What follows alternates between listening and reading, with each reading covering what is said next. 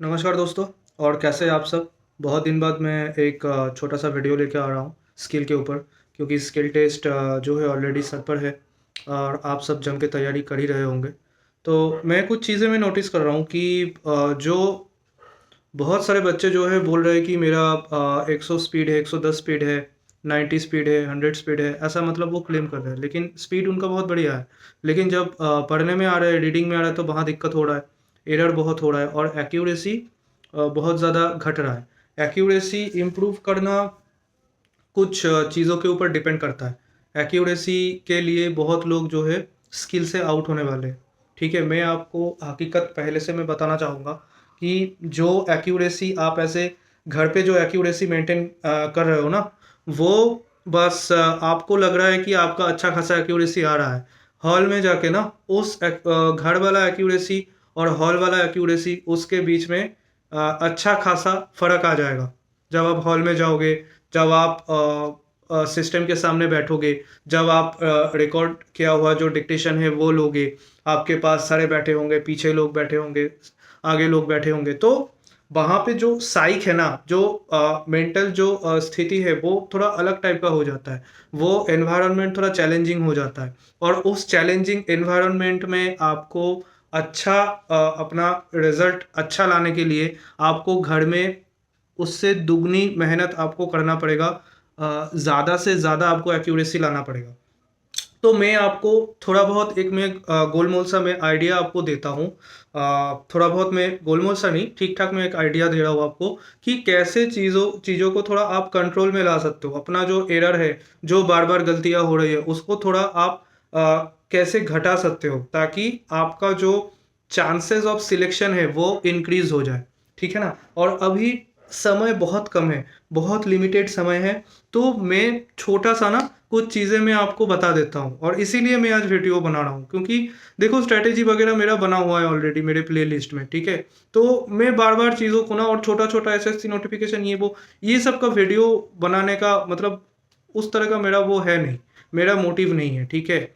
मेरा मोटिव ये है कि क्वालिटी जो नेसेसिटी है एस्पिरेंट्स के लिए वो आपके सामने प्रस्तुत करना और जो रियलिटी है चीज़ों के पीछे वो आपके सामने लेके आना और आपको उस चीज़ से अवेयर करना, अवगत करना। ये मेरा मोटिव था, है और हमेशा रहेगा।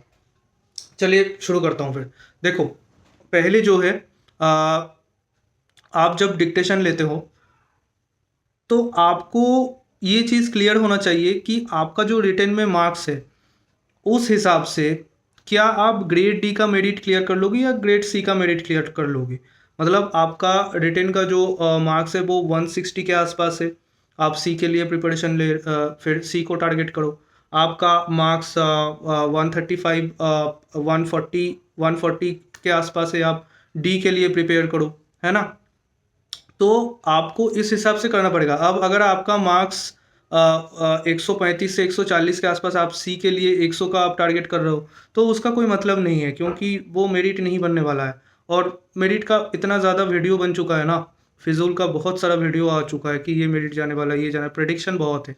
आपको भी थोड़ा बहुत आइडिया हो गया होगा, इधर-उधर आप तो देखे ही होंगे, ठीक है ना? लोग तो देखते ही नहीं तो व्यूज़ कैसे आते हैं, है ना? तो वो सब से ना आपको पहले जो है अपना माइंड को सेट करना है। दोनों नाव में एक साथ आप पैर फँसा के आप नहीं जा सकते, है ना? नदी के ऊपर कोई एक नाव को आपको चूज़ करना है। कोई भी एक नाव में आप बैठ जाओ और उसी को चलाओ और आप इस पार से उस पार आप चले जाओगे आराम से, नहीं तो आप बीच में फँस जाओगे। अगर आप ग्रेड डी को टारगेट कर रहे हो, ठीक है? अब मैं दूसरे पॉइंट में आता हूँ। सपोज़ आप ग्रेड डी को टारगेट कर रहे हो, ठीक है? आप कॉन्फिडेंट हो, आपका जो रिटेन है मेरिट आपका क्लियर हो जाएगा डी के लिए। तो ग्रेड डी यानी स्टेनो ग्रेड 2 को जो लोग टारगेट कर रहे हैं, उनका जो आपका कैटेगरी के हिसाब से जो आपका एरर परसेंटेज अलाउड है, जैसे जनरल के लिए 7% तक एरर अलाउड है, ठीक है? 800 का 7% 56। तो आपको कोशिश करना है मैं जनरल का पकड़ के मैं चलता हूँ, बाकी कैटेगरी का जिनका जो है उससे आप 2% आपको कम रखना है घर में। जैसे जो जनरल है, यूआर है, 7% है उनका ऑफ़िशियली, तो उनको घर में 5% के अंदर एरर लाना है। अगर आप 5% के अंदर एरर ला रहे हो, तो आप सेफ ज़ोन में हो और आप जो है अच्छा खासा कॉन्फिडेंस लेके आप हॉल में जाओ और स्किल क्लियर करके आओ, ठीक है। और जो ग्रेड सी है, ग्रेड सी का 5% है यूआर के लिए। तो अगर आपका 5% है, आपका घर में आपका एरर आना चाहिए 3% के नीचे। 2% का आप मार्जिन रख के चलो हॉल के लिए। हॉल का जो सिचुएशन होता है ना, जो माहौल होता है, उसमें सब कुछ ऐसे उलट पुलट जाता है। आगे अगर थोड़ा थोड़ा सा भी उलट पुलट भी जाए फिर भी जो है कंट्रोल में आए, इसीलिए मैं आपको 2% का मार्जिन रखने के लिए बोल रहा हूँ। 2% का मार्जिन रखिए। और एरर को कैसे आपको कंट्रोल करना है, इसमें भी मैं आता हूँ। देखो, सबसे पहले तो एरर क्या क्या हो रहा है उसको अच्छे से जज करो, उसको समझो, उस चीज़ को डिटरमाइन करो। बहुत सारे सॉफ्टवेयर आ चुके हैं। कुछ लोग क्या कर रहे हैं, वो सॉफ्टवेयर में छाप रहे हैं, सॉफ्टवेयर उसको एरर दिखा रहा है। ठीक है, आप देखो सॉफ्टवेयर में एरर, लेकिन आप जो मैटर टाइप कर रहे हो उसको आप अपने ऐसे normally without any proof reading option या कुछ, सब सारे चीज़ सेटिंग में, एमएस वर्ड अगर है तो सेटिंग में जाके automatic proof, auto correction, grammar checking, ये सब सेटिंग्स में जाके ऑफ करके रखो। आपको नॉर्मल सादा उस पैसेज को चेक करना है अपने आँखों से, और फास्ट, सबसे फास्ट आपको उसको चेक करना है तुरंत टाइप करने के बाद। और हाँ, टाइप आपको मिनिमम 10 मिनट्स पहले आपको टाइप खत्म करना है।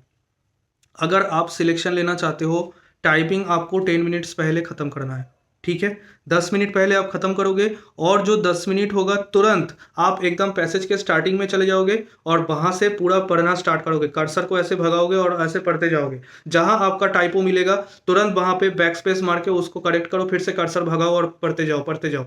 ऐसे करके आपको प्रैक्टिस करना है घर में, अपने रूम में, अपने सिस्टम में, ऐसे ही प्रैक्टिस करना है आपको। पहले आपको डिक्टेशन लेना है, उसके बाद उसको रीड करना है। रीड करने के लिए 10 मिनट्स दिया जाता है। उसके बाद भी आपको थोड़ा बहुत टाइम इधर उधर आपको एडजस्ट हो जाएगा, क्योंकि सिस्टम चेक करने का टाइम देगा, ये वो टाइम देगा, तो वहाँ से थोड़ा एडजस्ट हो जाता है टाइम। लेकिन आप प्रैक्टिस करो कि 7 से 8 मिनट के अंदर आपका रीडिंग हो जाए, घर में कंप्लीट रीडिंग हो जाए। 7 से 8 मिनट के अंदर आप रीड करोगे अच्छे से। आप फ्लुएंटली रीड करना करना आना चाहिए आपको। अगर आप फ्लुएंटली रीड नहीं कर पा रहे हो तो अभी आप स्किल के लिए रेडी नहीं हो। सुनने में खराब लग रहा है लेकिन ये सच है। अगर आप घर में उस अपने शॉर्ट हैंड को फ्लुएंटली नहीं रीड कर पा रहे हो, आप एग्ज़ाम हॉल में उसको कैसे रीड कर पाओगे? सोचने वाली बात है ना? ये सोचने वाली बात है। देखो, रिटेन में स्कोर, बहुत लोग हाई स्कोर उठा चुके हैं रिटेन में। रिटेन में बहुत हाई स्कोर उठाए हैं लोग मतलब एकदम बहुत स्कोरिंग था। शॉर्ट हैंड अलग खेल है। यहाँ पे आपको क्वालिफाई करना ही है, और ज़्यादातर लोग हर साल शॉर्ट हैंड स्किल टेस्ट में निकल जाते हैं। आपको पता ही होगा, स्किल क्लियर करना अपने आप में बहुत बड़ी बात है। लोग 4-5 साल से लगे रहते हैं फिर भी नहीं हो पाता है। एक भी स्किल नहीं क्लियर हो पाता है। स्किल में जाके बहुत लोगों का हाथ पैर कांपने लगता है, हाथों हाथों के इसमें ना पसीना आने लगता है, पेन स्लिप करने लगता है, बहुत बहुत टाइप का इशू होने लगता है। लिखते लिखते कलम का जो इंक है वो स्टॉप हो गया, उसमें आपका नुकसान हो गया। एक बार जो आप पीछे आ गए ना डिक्टेटर के, 5-6 वर्ड पीछे आ गए, फिर तो आप उसको पकड़ना भूल जाओ। आप नहीं पकड़ पाओगे। अगर आप अच्छा खासा आपके पास स्किल का ताकत ना हो ना, आप डिक्टेटर को नहीं पकड़ पाओगे। डिक्टेटर अलग खेलता है, शुरू में स्पीड बढ़ा देता है, बीच में स्लो करता है, लास्ट में थोड़ा स्पीड अप कर देता है। ये एसएससी का डिक्टेशन होता है। तो ये सब चीज़ों के लिए आपको प्रिपेयर होना है घर में ही, ठीक है। और घर में हर चीज़ के लिए आप तभी प्रिपेयर हो सकते हो जब आप जो जो लिमिट है, सर्टिफाइड जो लिमिट है उसके नीचे में आप करोगे, तभी आप हॉल में जाके सही कर पाओगे, स्किल क्वालिफाई कर पाओगे। तो आपको पहले डिक्टेशन लेना है, फिर उसको फास्ट रीड करना है। दो नंबर। तीसरा नंबर जो है, जो आपने रीड किया उसको आपको तुरंत टाइप करना है। टाइपिंग करने में टाइम टाइम में जैसे हॉल में जो रियल टाइपिंग होता है वैसे ही आपको टाइप करना है। और उसमें क्या करना है ना, जो तुरंत आप टाइप करोगे, टाइप करने में मैंने जैसे बोला कि आप 10 मिनट पहले कोशिश करो टाइप को ख़त्म करें। 10 मिनट पहले टाइप को ख़त्म करो, और ख़त्म करने के तुरंत बाद ही आप फर्स्ट लाइन में चले जाओ। उसको पूरा उसको रीड करते रहो, जहाँ जहाँ एरर मिल रहा है उसको करेक्ट करो। आपके पास 10 मिनट समय है। 10 मिनट के अंदर आप ग्रेड डी हो, सी हो, पूरा पैसेज आपको रीड करना है और उसका करेक्शन भी करना है। जितना अच्छा टाइप करोगे उतना कम करेक्शन करना पड़ेगा। जितना ज़्यादा अगर आपको करेक्शन करना पड़े ना, आप पूरा पढ़ नहीं पाओगे, रिविज़न पूरा नहीं दे पाओगे और आपका स्किल आपके नाक के नीचे से निकल जाएगा। आप मतलब ऐसे हाथ में आते-आते भी छूट जाएगा वो। जब सिर्फ़ स्किल के लिए जब सिलेक्शन रुक जाता है ना, बहुत दर्द होता है भाई। बहुत कष्ट होता है, पेन बहुत होता है। लोग सपने देखते हैं कि मेरा रिटेन में 170 है, मुझे एमईए जाना है, मुझे मिनिस्ट्री ऑफ डिफेंस जाना है। मेरा डिपार्टमेंट तो छोड़ो, वो तो कोई सोचता नहीं है। वो जो पॉपुलर डिपार्टमेंट है मैं उसके बारे में बता रहा हूँ। लोगों की नज़र में जो ज़्यादा अच्छा है, पॉपुलर है।